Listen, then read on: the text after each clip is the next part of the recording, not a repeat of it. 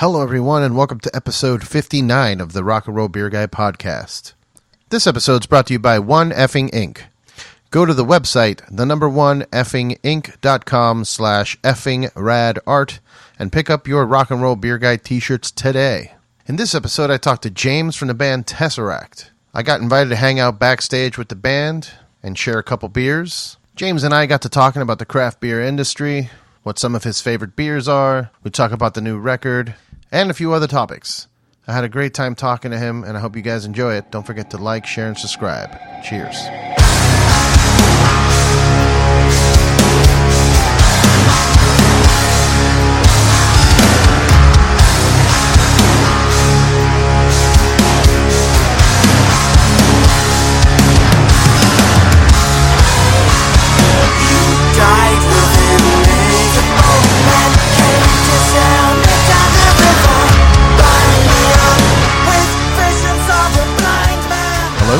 Hello. Test. Welcome, everyone, to the Rock and Roll Beer Guy podcast. I'm here backstage at the Regeant Theater with James from the band Tesseract. How you doing? I'm very well, thanks. How are you? Good. Thanks for coming and playing here in Los Angeles, lovely Los Angeles, 2 blocks away from Skid Row. Yep. Went to see Skid Row earlier. We're looking for the Youth Gone Wild. Oh, my goodness. We're waiting, see if there's any monkey business going on. Yeah, right. And we're sipping on some beer already. We got the Three Floyds Pizza Port collab with what's it called, Shredder, Shred Session with Buddy Raven from 1349 on the can. It's really good. Yeah, it's nice. It's not bad. It's So you're a big beer drinker. I enjoy a beer. You enjoy beer. I enjoy a beer. and unlike most Europeans that I know that don't really. They prefer just, German Pilsners and stuff like that. They're not. You're more into the American craft scene. I'm kind of into every kind of beer, really. Like, I know there's so much diversity in beer across the world. Well, mainly, I guess, there's the European kind of, I guess, the German Pilsners and Hellers and that kind of thing. And then you've got, I guess, like all the Belgian beers from the sours through to the saisons and that kind of thing. I love all those. But yeah, I love all the old school English ales, which is where the IPA came from. But one of my favourite beers is the American IPA, which is an evolution of that old English beer. And that's kind of what we're drinking right now. It's just it's hoppy, it's tasty, and it's fresh, very fresh tasting, and it's very enjoyable. It's relatively fresh from what it's like a few weeks old, the can that we got. So that's a good fresh beer. Yeah, when it comes to IPAs, you got to drink them fresh too, because they go off quite quickly, especially if it's like a session, or a craft one like made by a small brewer, because it doesn't have that many preservatives in it. You just got to get on it, and they're not very shelf stable. It also means they don't have much shit in them. Can I say shit in your podcast? Yeah, definitely. The smaller breweries, they tend to not fill it with chemicals and preservatives and stuff like that, which is great because that's why you get so much flavor. But at the same token, like if you don't drink it within 60 days or whatever, my limit's even 30, 35 days, I'm done. Like I'm just not going to bother with it. Well, to be honest, I don't have that problem. Usually if there's alcohol in the house, I finish it within a few days. Like it's got to the point where during the week, Monday to Friday, my wife and I try to not have any booze in the house because we'll just drink it. So I'm not saying we don't have a problem. We just like alcohol. You don't have a problem. You have a solution. It's science. It's fine. So what would you say? So you said your favorite style would be American IPA. I don't know. I don't really have a favorite style, but I love American IPAs. It's your go-to, you would say. I'd say when I'm in the States, it definitely is, because so many microbreweries do it so well. And I know one that really springs to mind. One of the best I ever had was when we were in Asheville on our last tour, and there was a brewery called Wicked Weed. Oh, yeah. And they had this IPA. I'm trying to remember what it's called. I didn't really prepare for this. It's quite a well-known. It's one of their biggest selling ones, and it's lovely. It's crisp. It's fresh. It's light, and it's got a nice hoppy punch. Well, the disappointment comes in with Wicked Weed that they just sold out to Budweiser. Did they really? Yeah. Oh. Yeah. Well, somebody's made a lot of money somewhere. Sure. One of the original owners got a lot of money out of it, but also there's all the original crew is kind of still there brewing beer.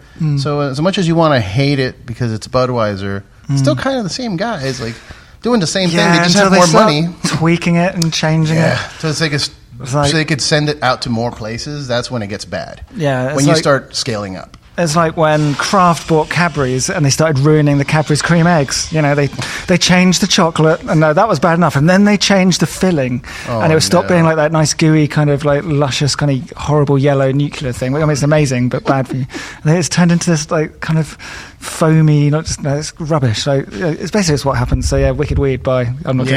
Yeah. I was about to say I'm not drinking anymore, but that's a complete lie. If I get given one, I will drink it. Yeah, right. So, that's the thing. It still tastes good. It's still. For right now, it still tastes good until they start trying to distribute it all over the U.S. and it becomes a problem.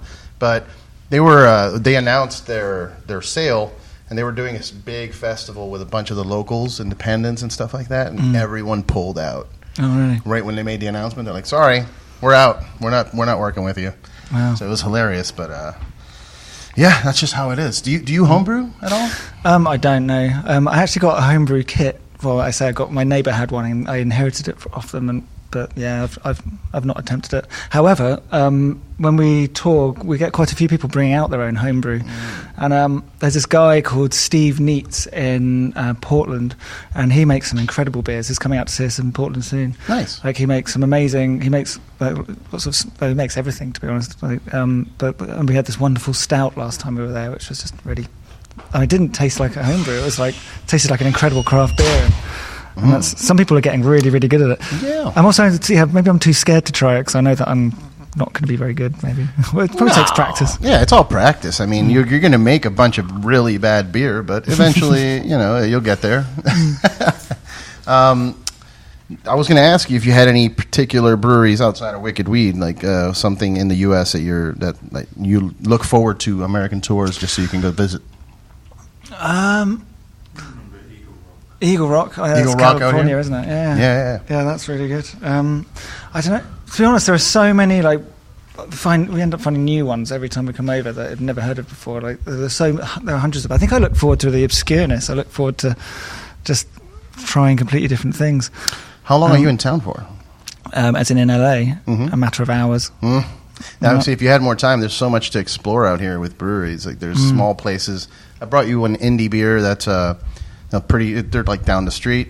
There's also this place I think you would find interesting if you like sours. They're called Dry River Brewing, and it's all small, really small batches of crazy stuff. My buddy Naga's the head brewer, and he'll go out to the forest and grab trees and like natural spruce from the mountains, and he'll use that to brew. And he just makes crazy experimental stuff. Yeah. On the flip side, some of the experimental stuff here definitely goes a bit too far. I remember we've tried some really. I mean, I admire the creativity, but some of the beers we tried were awful. There was this one called the Breakfast Beer, which had bacon and maple syrup and oats in it. It's like you don't want that in a beer. No. There's a brewery in Asheville. You mentioned Asheville, called Pisgah, and they had a bacon stout that they would put bacon fat into it. And I remember drinking it, and I'm like, man, it tastes like bacon. And then I started getting like the bacon sweats, like that thick kind of fat sweat, and I got sick from it. Wow. It was too much. They put gallons of bacon fat into this beer. There's a brewery in Virginia that's making one with fried chicken.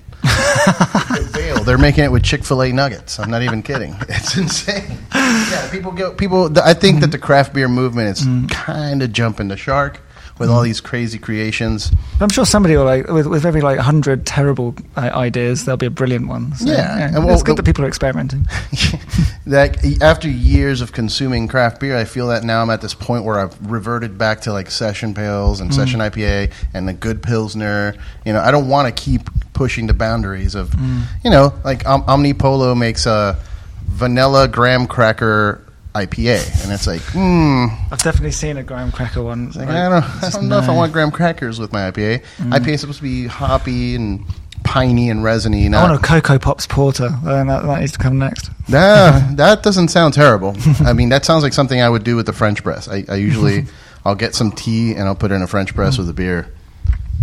Yeah, I can't remember who the brewery was, but we've had a green tea beer. That did not work. No?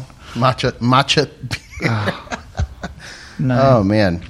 If you were to make a beer for Tesseract, What kind of beer would you make? This is difficult because everyone has quite different tastes. Okay.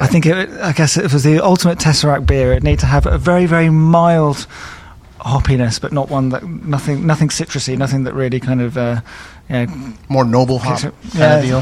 Something gentle. But I think maybe like a slight deeper, maybe red ale kind of body. Okay. And I don't know. It'd have to be like a real hybrid. Maybe even slightly sour, but not full on sour. Actually, this is probably making a disgusting beer, and I'm now experimenting in the way I've just criticised. I don't know. I mean, we all like to try different beers, and we all have our own different things we like. So it'd have to be like some really clever hybrid of lots of different styles, or it could just be a Belgian kind of like sour. Actually, no, because a few of us hate sours. Oh, this is difficult. Do you hate sours? No, I don't. I love sours, but yeah. Well, I mean, maybe you make. Maybe how many are you? 5? I think we'd need to have 5 a different range. beers. Yeah. Or 4 or 5. There's 5 band members, right? Yeah. Make 5 different beers. Yeah, I think that makes sense. Why not? The Deftones did it. They're working with a brewery in San Diego called Belching Beaver, and they're doing 5 different beers. Oh yeah, now I've bought a bottle of their IPA actually. I forgot what it's called now. Phantom Breath. Yeah. That's actually really good. It is really good, but it cost me cost loads. I guess it's really. Imported in the UK. I think I spent £10 on a bottle, which is what, $15. Oh boy, and that's quite a lot to spend on a beer, isn't it? Yeah, I mean, actually, it's not that bad. There's beers out here that are $20-$30 a bottle. Yeah. Now the brewery, there's a brewery in Placentia called The Brewery, and their beers are all $30 because they barrel age it and they blend it with all kinds of stuff, and it's pretty intense, but. Yeah, I mean the 6-pack of that Deftones beer out here, I think it's like $15. Oh yeah, this was one bottle. And I was like, this is decent, but that's a lot of money for an IPA. But, yeah. And I saw an article online that you did like an interview for like top beer places in America while on tour, something like that. It was like it was a Draft magazine. I don't remember exactly. I did. Yeah, I think I did that for Terrorizer a few years ago. Was it Terrorizer? Okay, yeah, I think it was literally just when I found really good beers, I wrote about it, and it was kind of luck of the draw, really. It's like because we just sampled loads of stuff, and all the good ones we picked out. Nice. I did a recent one reviewing band beers. Oh, okay. Well, that's kind of what motivated this podcast to start. I started with Kill Switch Engage, and I actually worked with Adam to make that beer with Cigar City Brewing. And then try to get everybody that has a beer, Municipal Waste, Dave Whitty's got a ton of beers, Mastodon, I've had Braun on, they've had 4 different beers with, McKellar and a couple other places. How's the scene out there in the UK? Like, are they appreciating American styles or? Yeah, definitely. I mean, but there's still like a real, what they call, I guess like a real ale like culture. So like old school kind of cellar temperature ales, which are flat, no carbonation. Yeah, they do the hand pump. Which is basically what beer was before we invented all this great technology to do what beer is now. But however, American-style craft beer has definitely started to escalate. In South London alone, there are loads of them. There's a place called Broccoli Brewery, which is down the road from me, which is really good. One called Gypsy Hill Brewery. Broccoli Brewery? Broccoli, not broccoli. But yeah. I was like, Broccoli Brewing is a bold choice. Yeah. But yeah, there are so many microbreweries just in southeast London, which is where I live. Across the country, it's everywhere. Basically, it's kind of caught on from the American explosion. Okay. And lots of people making American style IPAs and APAs and that's cool. Yeah, it's definitely picking up. And there are so many bars and pubs which serve really great beer now, which even 5 years ago they didn't. Yeah.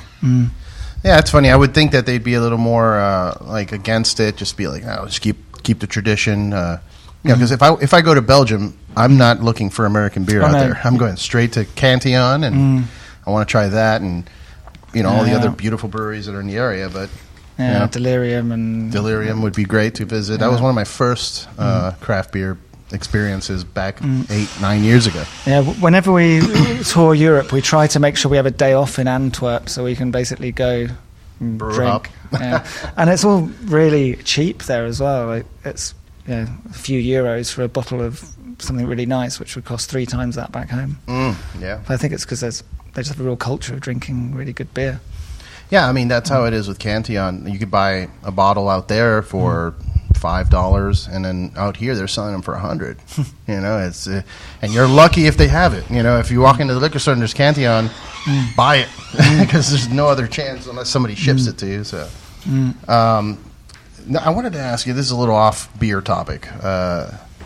Living out in the UK, I mean, are we a laughing stock out there? Like, what's going on? I really want to say yes, but then you have to look at what's going on with our own government, and it's kind of true. Parallel to what's going on with you. So I think that we're the laughing stock of Europe, and you're the laughing stock of the world.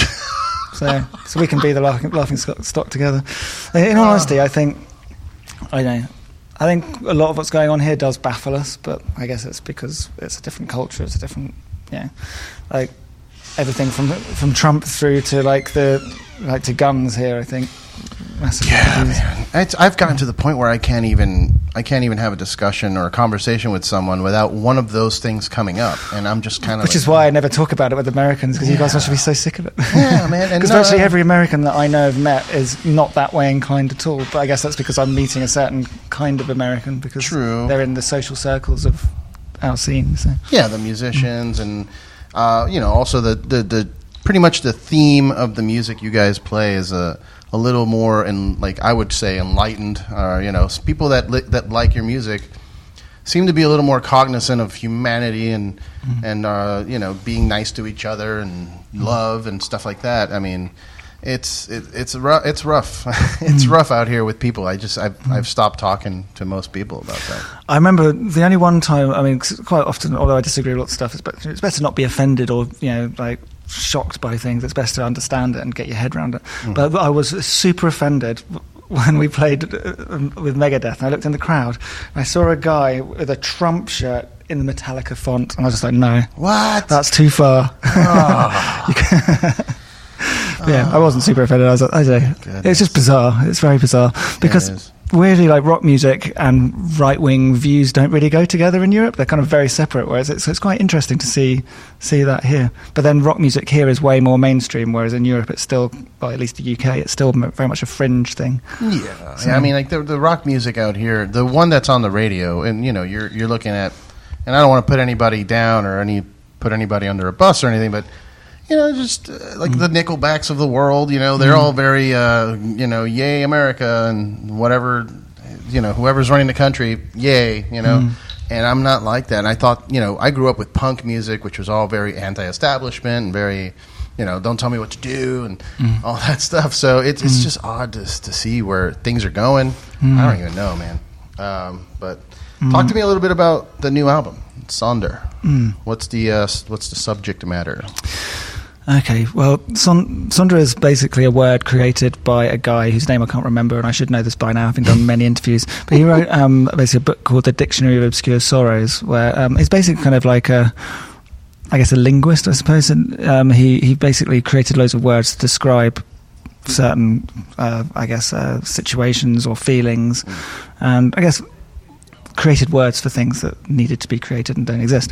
And Sonder means basically the appreciation and understanding that everybody around you has as detailed, complex and interesting life as your own. So it's almost like basically a message of kind of non-self-centeredness and awareness of everything around you. And I guess on the flip side as well, it's also realizing that it's a very, very vast place out there. I guess society, the world, the universe, and beyond. And although not insignificant, everybody's almost negligible in the grand scheme of things. But everybody does have their small role to play. So I guess it's all about sort of appreciation of the vastness out there and inclusion and being considerate and not being a cunt. That should have been the name of the album, I think. Don't be a cunt. But that's great. Yeah, I got a chance to listen to the album a couple times this week, just trying to listen to it and catch up, because there seems to be a lot of music coming out, and there's a lot of information being put out by everyone. But I always take time to listen to you guys, just because I have an attraction to that kind of appreciation for everything and inclusion. The Tesseract object itself kind of intrigues me, aside from it, the Marvel, they're used it for their movies and stuff like that, but just on a more of a existential kind of spiritual aspect of it. Do you subscribe to anything like that, or do you just play guitar and let like someone else handle the themes and the lyrics and stuff like that? Yeah, well, I guess like the whole themes have evolved from the beginning. I mean, it started. I mean, like when Ackles started the project, there's a solo thing. He came up with a name, and I think it was just like a good analogy for the multiple layers of the music and that kind of thing. I think he also watched a terrible film called Cube 2, and that that is a terrible film. Although that was, I guess, they thought, that's the cool word. I guess then its meaning then related a lot to the music, so it was just kind of a direct link there. And I think from then on, it's all evolved quite a lot, and Dan and Amos have added a lot more to like the deeper meaning to the concept and their kind of ideas. But yeah, I think I definitely enjoy it and I appreciate it. But yeah, I also just mosey along and go. And yeah, I mean, you guys are hailed as like kind of pioneers of that style of music. I hate the word gent, but because I don't think you guys are a gent band, but that's what they want to say on the internet and stuff. I mean, I appreciate Meshuggah, appreciate you guys, I appreciate Animals as leaders. There's a handful of bands that are doing it right, and there's a whole bunch of other bands that are just not. It's kind of like breweries. You know what I mean? Like some breweries are doing it right, some breweries are trying too hard and failed to make a good beer. But I always found that type of music from you guys and like Animals and a couple other bands, it's the percussive nature of the guitar really does seem to. It sounds like alien language, like you're doing Morse code from a different like alien language to me. Like I start breaking it down into numbers and start doing that.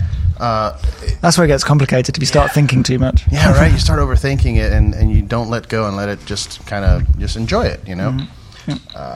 Because quite a lot of it is just kind of changing your mindset a little bit, because I know when you learn guitar and when you learn to play rock music, you're all very regimented in sort of groups of 4s, 8s, 16s or 3s, 9s. Like it's all your brain just gets used to that, so it's kind of mix things up a little bit. Feels really alien at first, but once you kind of your brain adapts to it, it becomes almost as natural as using any other number. And I think that's why it sounds quite confusing to lots of other people, because they're so used to listening to things that fall into place. Right? Yeah, well, fall into place in the way their brain's been trained to expect them to fall into place. Yeah, I feel like that with a bunch of my friends. I'll show them you guys and stuff like that, and they're just, are they fucking up? Like, they're not fucking up. You're just not we probably are fucking up, but because the rhythms are too confusing, people don't notice it. People don't notice it. Yeah, but a lot of people, like my old band, I was in a band for about 10 years, and we used to do that on purpose. Like, we would write like a 4/4 and then just kind of throw something crazy in there just to mess with people. And a lot of people just were like, I think they were fucking up on stage. Like, no, man, we did that on purpose. But okay, whatever. I guess we're fucking up. I don't know, whatever you want to talk, think about it. And I'm really happy that you guys are out and doing your thing again. Because, I mean, I know there was a time where you guys were having issues. I mean, you lost the singer and got a couple. I saw you guys in Fort Lauderdale a few years ago, and you had a different singer, and even more than... Like, after him, you had another singer, and then Daniel came back. Did you see us with Between the Buried and Me in 2011? Yes. So that would have been with Elliot Coleman. Wow. Yeah. That's a long time ago. That was a while ago. I met you guys then, and, you guys all signed my record, and it was way before I had the podcast and all that stuff. So, but, I mean, it's how do you... I mean, I don't know. I don't want to sound... shitty. It's just like, how do you motivate yourself when you're going through such a situation where you're kind of unsure what's happening, you're going through a different singer, like it's got to be frustrating, right? Yeah, it's frustrating, but I guess when we first started playing together, we didn't jam singers that much. The singer didn't come in until we were ready to start practicing to do shows. Like, we spent a long time just playing the music together. Instrumental? Exactly, yeah. And also, even before that point, we've done a bunch of instrumental gigs, and people generally appreciate the instrumental side as well. In fact, last night, Dan was ill, so we just played an instrumental set last night, and and people, it was mostly received well. Okay. So I guess like some other bands, maybe we haven't had that extreme pressure of like, if you don't get the singer right, you're gone. Like if you're like I don't know, say for example, I don't know, trying to think of a metalcore band. God, my memory's terrible. Parkway Drive. Okay. I think if they lost their vocalist, they would be in serious trouble because their vocalist is a real focal point and almost defines the band. Right, yeah. The structure of the music is meant around a voice, whereas you guys, you can jam out, you know? Yeah, exactly. Yeah. And so when we had Elliot with us, his voice was very different and there was quite a lot of resistance to it, but it didn't destroy us. Like, but yes, I mean, it was difficult. It was frustrating when we went through the number of singers, but I'm happy we you guys just persevered because we still enjoy doing what we're doing, and we weren't going to stop. Now, has there ever been a consideration of moving over to the States? Like, how are the audiences for you guys? Because a lot of people, a lot of bands, their hometown audience is not as good as it would be somewhere else. So is your hometown audience like your biggest audience, or do you have a bigger audience out here? In terms of the country, we have the biggest audience out here. Like the USA, yeah. The USA is our number one market. Okay. Like, I guess it's just such a big country, and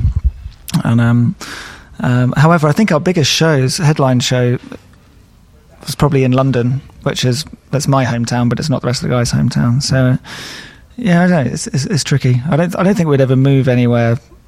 Well, for a while actually, we lived all over the place. Amos lived in Shanghai, China. Wow. We all live across the country. We basically don't see each other very much until we tour. We sort of have a practice once. Hope we can play it. Off we go. Trust that each other, that each one of you is playing at home. Yeah. Wow, that's crazy. I mean, that's good for you guys that you're able to do that. I mean, it's such a, to me, when I was in the band, it was such a fundamental part of the creation process of just even living together. We all just moved in together because any separation, like, we just get distracted. Especially out here in the U.S., there's so much shit going on that people get distracted. You know what I mean? But I can appreciate the fact that you guys rarely see each other, and then you still come out with these killer albums. Like, this new album is killer. You know? But we talk a lot online. A lot of the writing happens online. So it's like somebody sticks down a demo idea, it gets them put in a Google Drive, and then somebody else takes that and adds to it or changes it, and then Dan takes it, sings over it, and then, I mean, quite a lot of the latest album was written like that. And then basically it all gets finally put together and recorded properly at Ackles. Which is basically in his home studio. And Dan actually did all his vocals in his own home studio, and it was all done over email. Dan will record vocals, email it to Ackle. I'll go, slot it in. Right. Whose studio is it that you guys have done? You've done I saw you did like the whole one album in a studio, and you put a video out. Yeah, that was in Sphere Studios, which was in Battersea in London. That doesn't exist anymore. That's been closed down, unfortunately. Bummer. But a friend of ours worked there, so we got to do it in downtime. So because it was a stupidly expensive studio, but we managed to do it like weekends. Cause, nice. And we did another one in Metropolis, which is another big studio in London. Again, I think that was done in downtime because Amos worked there for a bit. But yeah, usually those big studio things are things we blagged through people we know and got really cheap rates because we can't afford that stuff normally. Very cool. I mean, it's crazy, man. That's I gain more and more appreciation for you guys just listening to how you guys handle your business. It takes a lot of dedication, a lot of will to sit there and write and just do it on your own and then ship it back. Via Google Drive. Are you guys chatting on like WhatsApp, or what are you guys using to chat? Messenger, Facebook. Messenger? Yeah. Okay, all right. That's cool. Well. Going back a little bit just to talk about beer some more before we go. I don't know how much time you have, but I know you got a meet and greet and stuff like that going on. Yeah. How much time do you have? I reckon we can do another 5-10 minutes or so. Okay. Which should be all right. So, if you wanted to make a beer, like we were talking about, with what brewery would you choose here in America to make a beer with? I don't know, it's difficult. I don't know if I can answer that. So going by the style that you mentioned, which is something maybe a little more experimental, a little more malty. Maybe not so much malty, but I think it depends on the climate as well. I think if you're in a hot place, you want something that's quite fresh and light, but still with a bit of punch. I don't know. Can you recommend me one? Well, I mean, I know a few people that can make great beers out here. I mean, Cigar City obviously makes great beers. The brewery I work at out here, we're very limited when it comes to experimenting. We have to do something. It has to be 30 barrels of it, or else we can't make it. Yeah. So unless there's like some kind of agreement beforehand that, hey, we're gonna buy all of this beer from you, then we just don't experiment. Otherwise, I'd offer us to do it. But but then there's a handful of really great breweries out here. Monkish is one that they're kind of like, their specialty is those hazy IPAs. Have you had some of those? No, hazy. That's the fad out here now. All right, okay. So it's unfiltered. So all the hard work that brewers have put in over the years to make beer clear. They kind of just threw that out, and they just started making it hazy and cloudy and making it taste more like a juice. Yeah. Maybe I have tried a beer like that, actually. That sounds familiar. I mean, Other Half from New York does it really well. Tired Hands is another one that does that. But it's become like everyone has one now, and it's just awful. Just the process is awful because it's expensive. You got to dump tons of hops in it, to dry hop it 3 times, and hundreds of different flavors of hops in there. And I mean, I'm over it, but that's the style that's kind of taken off here in the States, and it's refreshing to hear that you don't even care about it. Well, I feel like I've tried something like that, and I thought, but then I wonder if I tried something I just thought it was off. I don't know. You try, you're like, I don't like this. Maybe it's a little too yeasty, but yeah, it's people there. I don't know if maybe you don't know about this either, but there's people making a living off of going to beer releases and picking up the beer and then selling it off on a secondary market for like 3 or 4 times the price. Wow, that's the deal out here now. That's crazy. Kind of ruined craft beer for me. Just the fact that people don't care about actually drinking the beer. They're doing these lines for 3 hours, and they buy the beer and then they go sell it on the internet. Yeah. I kind of want to go back to where it was just pure, like, hey, let's just drink and have a good time and share with each other. But nobody wants to do that anymore. Well, eventually somebody's going to figure out a way to make loads of money, and I guess that's the beginning, isn't it? That's people sort of seeing an opportunity. I mean, it's starting to get to the point where the bubble is starting to burst out here, and I mean, for the first time in several years, macro big corporate beer is on the rise again. Like their numbers are back up. Because, well, they're buying up a bunch of smaller breweries like Wicked Weed, and out here they bought 10 Barrel and Golden Road, and they're buying a bunch of the small breweries, but also the fans themselves are doing it to us because they're focusing only on these exclusive beers. Like, hey, we only have 25 cases of this beer. That's the only thing they're buying. Right, okay. Or stuff like this is delicious, and it's sitting on the shelf. No one's buying it. Really? Yeah. So, I don't know. But I guess... because it exploded so much. I'm always amazed at how many breweries there are here, and it's are there enough people to drink beer with all this beer being made? I think. I mean, there's people drinking, but I just think that there's people drinking a bunch of Heineken and the big ones, and then or PBR, and then the craft beer fans are just focusing on these small batch, like, hey, 30 cases here, 40 cases there, and it's kind of hurting the business, But anyway, I'm going to let you go so you can do your meet and greet. Thank you so much for doing this. I mean, we've been trying to do it for like a year. Yeah, I'm glad we finally got to do it. Yeah, man. Thanks so much for your time and inviting me out here. So, all right. Cheers, everyone. Follow Tesseract online. Make sure to pick up the new record, Sonder. It's already out? Yes, it's out now. It's out now. So pick it up. It's a banger. Cheers.